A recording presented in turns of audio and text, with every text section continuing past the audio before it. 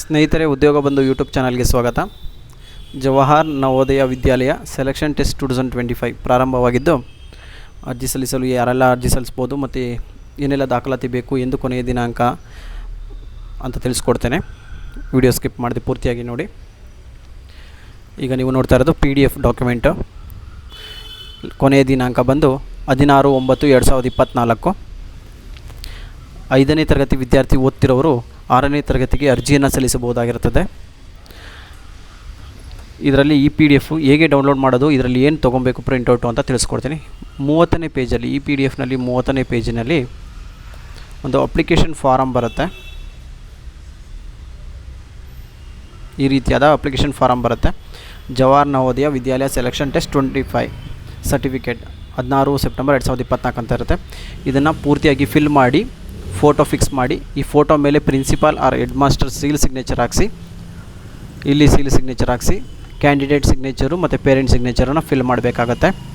ಹಾಗೂ ಯಾವ ಶಾಲೆ ಓದ್ತಿದ್ದಾರೆ ಮತ್ತು ವಿದ್ಯಾರ್ಥಿಯ ಹೆಸರು, ತಂದೆ ಹೆಸರು, ತಾಯಿ ಹೆಸರು, date of birth, boy or girl ಮತ್ತು caste, Aadhaar card, permanent address, income ಇದ್ದರೆ ಆ್ಯನ್ಯುವಲ್ ಇನ್ಕಮ್ ಮತ್ತು ರಿಲಿಜಿಯನು.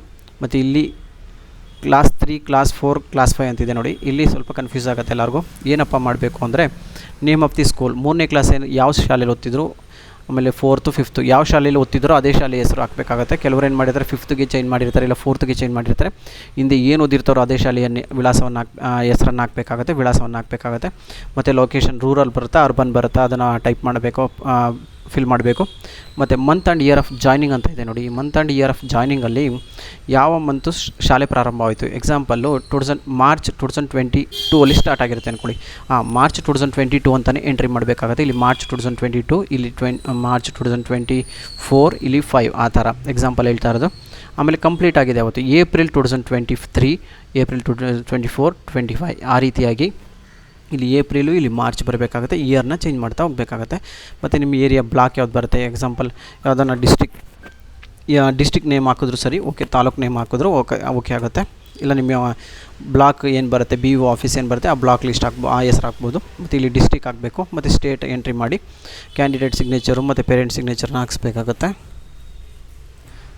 ಈ ರೀತಿಯಾಗಿ ಅರ್ಜಿಯನ್ನು ಫಿಲಪ್ ಮಾಡಿ, ತದನಂತರ ಇದಕ್ಕೆ ಡಾಕ್ಯುಮೆಂಟ್ಸ್ ಬೇರೆ ಏನು ಬೇಕಾಗುತ್ತೆ ಅಂದರೆ, ಇದ್ರ ಜೊತೆಗೆ ಒಂದು ಫೋಟೋ ಬೇಕಾಗುತ್ತೆ ಮತ್ತು ಸಿಗ್ನೇಚರ್ ಬೇಕಾಗುತ್ತೆ, ಆಧಾರ್ ಕಾರ್ಡ್ ಬೇಕಾಗುತ್ತೆ. ಅಪ್ಲಿಕೇಶನ್ ಅರ್ಜಿ ಸಲ್ಲಿಸೋಕ್ಕಿಂತ ಮುಂಚೆ ಇದನ್ನೆಲ್ಲ ರೆಡಿ ಮಾಡಿಕೊಂಡು 100 KB ಒಳಗಿಂತ JPG ಫಾರ್ಮ್ಯಾಟಲ್ಲಿ ಸ್ಕ್ಯಾನ್ ಮಾಡ್ಕೊಳ್ಳಿ. 100 KBಗಿಂತ ಕಮ್ಮಿ ಇರಬೇಕು. ಎಲ್ಲ ಇಷ್ಟು ಡಾಕ್ಯುಮೆಂಟ್ ಕೂಡ ಸಪ್ರೇಟ್ ಬೇಕಾಗುತ್ತೆ. ಮತ್ತು ಹೇಗೆ ಈ ಫೈಲ್ನ ಡೌನ್ಲೋಡ್ ಮಾಡಬೇಕು ಅಂತ ತಿಳಿಸ್ಕೊಡ್ತೀನಿ.